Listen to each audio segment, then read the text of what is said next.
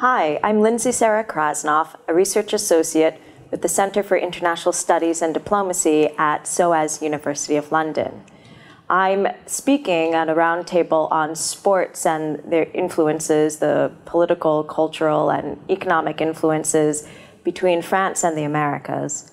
My own work over the past several years has focused on the prism of basketball as an interesting vector for cultural exchange, for migration patterns, and for sports diplomacy between France and the United States, particularly trying to unpack the question of how and why has France become one of the largest international pipelines of basketball players, men and women, to North America's elite basketball leagues, notably the NBA, the WNBA, and the NCAA. It's a fascinating story that crisscrosses the Atlantic Ocean and owes much to the influences of sports diplomacy. Sports diplomacy is a newer framework to understand an ages-old practice in which the acts of diplomacy, communication, representation, and negotiation intersect with the sports world.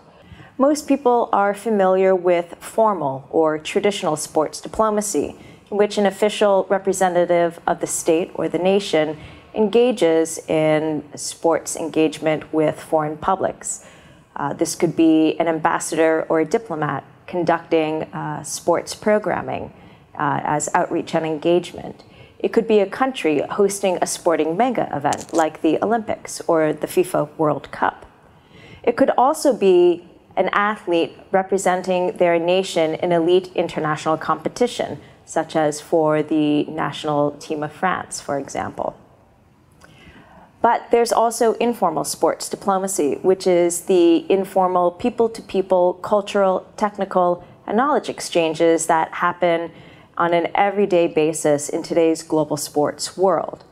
While these two phenomena do intersect, I argue that what we see today is especially in the basketball world, is the product of both formal sports diplomacy as well as informal sports diplomacy. How can that be both all at once? Well, what we've seen most recently, say on the formal sports diplomacy stage, has been, for example, the US and the French men's and women's basketball teams competing against each other at the Olympics. Both teams played in the same pools on the women's tournament and in the men's tournament. And we certainly saw a budding Olympic rivalry between the two. The games between both nations were some of the more tightly contested of the Olympic basketball tournaments. And while the US women's basketball team won their 7th consecutive gold Olympic medal at the end of the women's tournament, they had to pass through France in order to do so. On the men's tournament, the gold medal match was contested very closely by France and the United States, with the US pulling ahead by just 5 points towards the bitter end. This comes, of course, on top of, this was their second meeting at this Olympiad. The very first meeting was in group phase, in which France won and beat the United States, setting an interesting trajectory for the Games. And that, of course, comes on top of the two teams' last encounters at the September 2019 FIBA World Cup in China, in which France knocked the United States out of the tournament during the quarterfinals and ended Team USA's 58-game consecutive win streak in official competition. So these are examples of recent formal sports diplomacy. And the reason that you see these kinds of interesting sporting rivalries between these old allies is because of generations of informal sports diplomacy. For decades, there have been French women and French men going to the United States, and American women, American men going to France, playing basketball, bringing with them their home basketball cultures, tactics, techniques, and know-how. And what this has resulted in is a really interesting fertile ground of transatlantic hoops. So I refer to this as basketball diplomacy.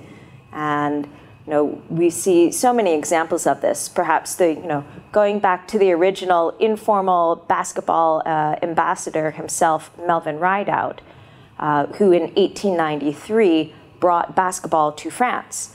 He created the first basketball team in the Rue de Trevis here in Paris, and presided over the first official basketball game on European soil in December of 1893.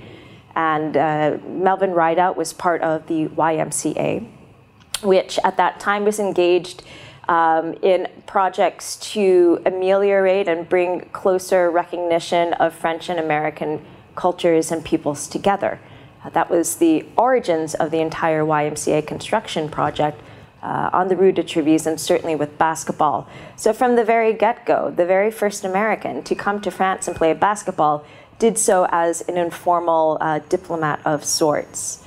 And one other thing to mention in this really interesting mix is obviously it has a lot of implications on identity, maybe a little less so on political identity and national identity, but more on fomenting this identity of a global basketball player, which unlike certain other sports, there is very much a global basketball identity that is bonded together by the fashion, culture, music, and lifestyle, in addition to the game that drives this whole ecosystem. And it is an economic ecosystem as well, certainly, of course. One other interesting part that I hope to talk about is the impact and influence of the larger French context, which is not just metropolitan France, but also the legacies of, the very complex legacies of colonialism, and in the decolonization, the influence of Francophone Africa in French basketball, and how that as well feeds into this larger narrative of transatlantic basketball diplomacy. So what makes this really interesting is that France might not be the natural highlight in this story. When you think of countries that are known basketball countries, and I would argue that especially after the past year, 2, 3 years, France has established itself as a strong basketball country in international competition.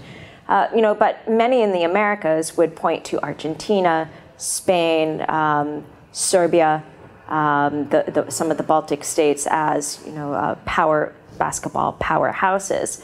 What makes the French example so interesting is that for 20 years now, it has fed constant numbers of women and men into the professional basketball leagues in the United States, more so than any other country outside of North America. It's a function of France's very particular youth formation programs and the basketball development programs that are within them. It's also, I think, it's interesting because we talk a lot about French anti-Americanism and American and Francophobia, which is what makes this particular story so interesting, because it kind of goes against all of those traditional known isms and contexts that there's a long history of that dating back centuries.